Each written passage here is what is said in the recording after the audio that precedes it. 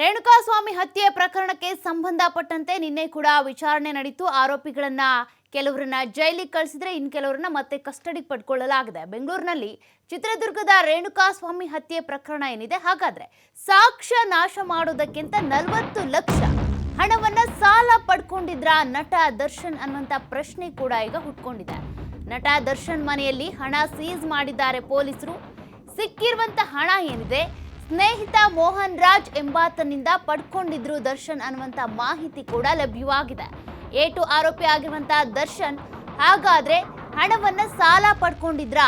ಈ ಬಗ್ಗೆ remind application ಅಲ್ಲಿ ಉಲ್ಲೇಖ ಮಾಡಿದ್ದಾರೆ ಪೊಲೀಸರು. ಸ್ನೇಹಿತ ಮೋಹನ್ ರಾಜ್ಗಾಗಿ ಕಾಕಿ ಈಗ ಹುಡುಕಾಟವನ್ನ ನಡೆಸ್ತಾ ಇದೆ. ಬಂಧನದ ಸಾಧ್ಯತೆ ಕೂಡ ಇದೆ. ಮೋಹನ್ನಿಂದ ಯಾಕಾಗಿ ಹಣವನ್ನ ಪಡ್ಕೊಂಡಿದ್ರು? ಸಾಕ್ಷ್ಯ ನಾಶ ಮಾಡೋದಕ್ಕಾಗಿ ಮೋಹನ್ನಿಂದ 40 ಲಕ್ಷ ಹಣವನ್ನ ದರ್ಶನ್ ಪಡ್ಕೊಂಡಿದ್ರ? ಹಾಗಾದ್ರೆ ಆ ಹಣ ಈಗ ಪೊಲೀಸರು ಸೀಸ್ ಮಾಡಿದ್ದಾರೆ. ಆ ಹಣ ಕೊಟ್ಟಂತಹ ಸ್ನೇಹಿತ ಮೋಹನ್ ರಾಜ್ಗಾಗಿ ಈಗ ಕಾಕಿ ಪಡೆ ಹುಡುಕಾಟವನ್ನ ಕೂಡ ನಡೆಸ್ತಾ ಇದೆ. ಬಂಧನ ಮಾಡುವಂತ ಸಾಧ್ಯತೆ ಕೂಡ ಇದೆ. ಹಾಗಾಗಿ ಸಾಕ್ಷ್ಯ ನಾಶ ಮಾಡೋದಕ್ಕೆ ಅಂತ ದರ್ಶನ್ ಇವರ ಬಳಿ ಸಾಲ ಪಡ್ಕೊಂಡಿದ್ರಾ ಅನ್ನುವಂಥ ಪ್ರಶ್ನೆ ಕೂಡ ಈಗ ಹುಟ್ಕೊಂಡಿರುವಂಥದ್ದು. ಈಗಾಗಲೇ ಆರೋಪಿ ದರ್ಶನನ್ನ ಮತ್ತೆ ಕಸ್ಟಡಿಗೆ ಪಡೆಯಲಾಗಿದೆ 2 ದಿನಗಳ ಕಾಲ. ಆ ಕಸ್ಟಡಿಯ ಸಂದರ್ಭದಲ್ಲಿ ಇನ್ನೂ ಕೂಡ ವಿಚಾರಣೆ ಒಂದಷ್ಟು ಬಾಕಿ ಇದೆ ಅನ್ನುವಂತಹ ಮಾಹಿತಿಯನ್ನ ಪೊಲೀಸರು ಈಗಾಗಲೇ ಕೊಟ್ಟಿದ್ದಾರೆ. ಈ ರಿಮೈಂಡ್ ಅಪ್ಲಿಕೇಶನ್ ನಲ್ಲಿ ಒಂದಷ್ಟು ಅಂಶಗಳನ್ನ ಉಲ್ಲೇಖ ಮಾಡಲಾಗಿತ್ತು. ಆ ಅಂಶದಲ್ಲಿ ಪ್ರಮುಖವಾಗಿ ನಟ ದರ್ಶನ್, ಏಟು ಆರೋಪಿ ಆಗಿರುವಂತಹ ದರ್ಶನ್ ಮೋಹನ್ ರಾಜ್ ಎಂಬುವವರಿಂದ 40 ಲಕ್ಷ ಹಣವನ್ನ ಪಡ್ಕೊಂಡು ಸಾಕ್ಷ್ಯ ನಾಶ ಮಾಡೋದಕ್ಕೆ ಅಂತ, ಆ ಹಣವನ್ನ ಬೇರೆಯವ್ರಿಗೆ ಕೊಡೋದಕ್ಕೆ ಅಂತ ಇಟ್ಕೊಂಡಿದ್ರಾ ಅನ್ನುವಂಥ ಪ್ರಶ್ನೆ ಕೂಡ ಈಗ ಹುಟ್ಕೊಂಡಿದೆ. ಈಗಾಗಲೇ ಅವರ ವಿರುದ್ಧ ಸೆಕ್ಷನ್ಗಳು ಕೂಡ ದಾಖಲಾಗಿದ್ದಾವೆ. ಒಂದಾದ್ಮೇಲೆ ಒಂದು ಸ್ಟ್ರಾಂಗ್ ಸೆಕ್ಷನ್ಗಳು.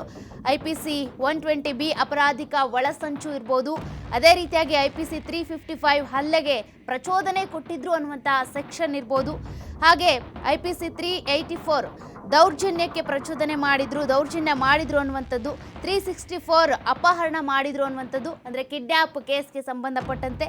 ಇನ್ನು 201 ಸಾಕ್ಷ್ಯ ನಾಶ ಸೆಕ್ಷನ್, ಈ ಸೆಕ್ಷನ್ ಕೂಡ ಇರೋದ್ರಿಂದ ಈ ಸಾಕ್ಷ್ಯ ನಾಶಕ್ಕೆ ಸಂಬಂಧಪಟ್ಟಂತೆ ಈಗ ಮೋಹನ್ ರಾಜ್ ಅನ್ನುವಂಥವರ ಹೆಸರು ಕೂಡ ಕೇಳಿ ಬರ್ತಾ ಇದೆ. ಇವರಿಗಾಗಿ ಈಗ ಪೊಲೀಸರು ಹುಡುಕಾಟವನ್ನ ನಡೆಸ್ತಾ ಇದ್ದಾರೆ. ಬಂಧಿಸುವಂತಹ ಸಾಧ್ಯತೆ ಕೂಡ ಇದೆ. ಯಾಕಾಗಿ ನಿಮ್ಮ ಹತ್ರ ಹಣವನ್ನ ಕೇಳಿದ್ರು? ಏನಾದರೂ ರೀಸನ್ ಹೇಳಿದ್ರಾ? ಇಂಥದಕ್ಕೋಸ್ಕರ ಹಣ ಬೇಕು ಅಂತ ಏನಾದರೂ ಕೇಳಿದ್ರಾ? ಇದೆಲ್ಲದಕ್ಕೆ ಸಂಬಂಧಪಟ್ಟಂತೆ ಅವರನ್ನ ಕೂಡ ವಿಚಾರಣೆಗೆ ಒಳಪಡಿಸಬಹುದು. ಸದ್ಯಕ್ಕೆ ಮೋಹನ್ ರಾಜ್ ಅವರನ್ನ ಹುಡುಕ್ಬೇಕು ಅನ್ನುವಂಥ ಕಾರಣಕ್ಕೆ ಶೋಧ ಕಾರ್ಯ ಕೂಡ ಈಗ ನಡೀತಾ ಇದೆ.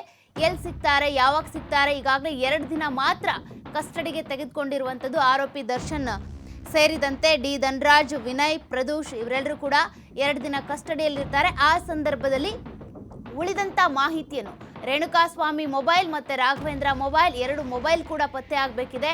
ಆ ಮೊಬೈಲ್ ಜೊತೆಗೆ ಮೋಹನ್ ರಾಜ್ ಅವರನ್ನ ಕೂಡ ಈಗ ಹುಡುಕ್ಬೇಕಿದೆ. ಹುಡುಕಿ ಬಂಧನ ಒಳಪಡಿಸ್ತಾರೋ ಬಂಧನಕ್ಕೆ, ಅಥವಾ ಆತನನ್ನು ಕೂಡ ವಿಚಾರಣೆ ಮಾಡೋದಕ್ಕೆ ಅಂತ ಕರೆಸ್ತಾರೋ, ನೋಟಿಸ್ ಜಾರಿ ಮಾಡ್ತಾರೋ, ಇದೆಲ್ಲ ಕೂಡ ಸದ್ಯಕ್ಕಿರುವಂತ ಪ್ರಶ್ನೆ. ಈಗಾಗಲೇ ಡೆಡ್ಲಿ ಗ್ಯಾಂಗ್ನಲ್ಲಿ ಇರುವಂತಹ ಆರೋಪಿಗಳೇನಿದ್ದಾರೆ, ಜೈಲಿಗೆ ನಿನ್ನೆ ಪವಿತ್ರ ಗೌಡ, ಪವನ್, ರಾಘವೇಂದ್ರ, ನಂದೀಶ್ರನ್ನ ಕಳುಹಿಸಲಾಗಿದೆ. ಆರೋಪಿಗಳನ್ನ ಇತ್ತ ಕಸ್ಟಡಿಗೆ 2 ದಿನ ಬೇಕು ಅಂತ ಪ್ರದೋಷ್, ವಿನಯ್, ಧನರಾಜ್, ದರ್ಶನ್ ಇವರೆಲ್ಲರನ್ನೂ ಕೂಡ ಕಸ್ಟಡಿಗೆ ಪಡ್ಕೊಂಡಿದ್ದಾರೆ. ಈ ಕಸ್ಟಡಿಯ ಅವಧಿಯಲ್ಲಿ 2 ದಿನಗಳ ಕಾಲ ಏನಿದೆ, ಅಷ್ಟರ ಒಳಗಡೆನೆ ಇನ್ನೇನೆಲ್ಲ ಮಾಹಿತಿ ಬೇಕು ಅದೆಲ್ಲದನ್ನು ಕೂಡ ಪೊಲೀಸರು ಕಲೆ ಹಾಕಬೇಕಿದೆ.